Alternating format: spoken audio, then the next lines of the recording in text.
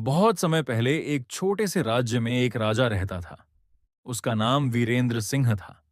राजा अपनी शान शौकत, सोने चांदी के गहनों और महल के लिए जाना जाता था। लेकिन उसमें एक बड़ी कमी थी। वह बहुत लालची था।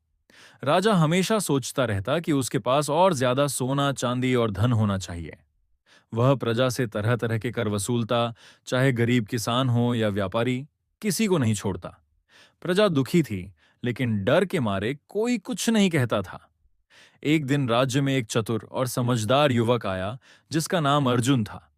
वह गांव गांव घूम कर लोगों की मदद करता और जहां अन्याय होता वहां आवाज उठाता। जब उसने इस राज्य की हालत देखी, तो उसने राजा को सबक सिखाने का फैसला किया।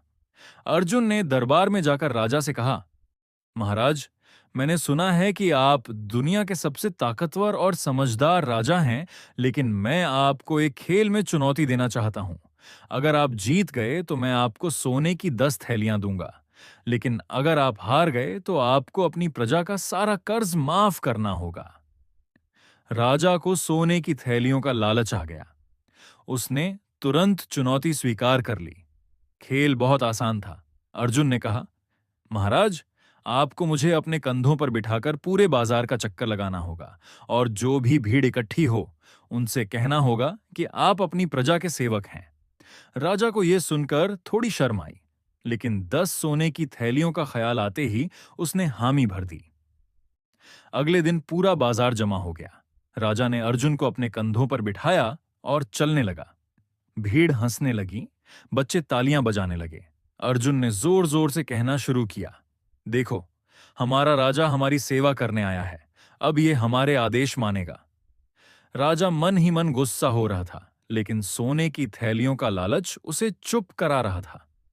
जब बाजार का चक्कर पूरा हुआ तो अर्जुन ने लोगों के सामने कहा, महाराज, आज आपने दिखा दिया कि असली ताकत सेवा में है, शासन में नहीं। अगर आप लालच छोड़ दें और अपनी प्रजा की सेवा करें, तो आपका नाम हमेशा लिया जाएगा। भीड़ ने जोर जोर से जयकारा लगाया, सेवक राजा की जय। राजा को अपनी गलती का एहसास हुआ। उसने उसी समय घोषणा की कि अब से किसी पर अतिरिक्त कर नहीं लगाया जाएगा। गरीबों का कर्ज माफ होगा और राज्य का धन प्रजा की भलाई में खर्च होगा। अर्जुन मुस्कुराया और बोला, महाराज, आज आपने सबसे बड़ा खजाना पा लिया है, अपनी प्रजा का प्यार।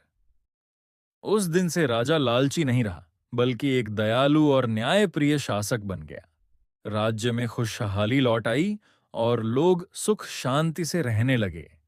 सीख, लालच हमेशा बर्बादी लाता है, लेकिन सेवा और सच्चाई इंसान को अमर बना देती है।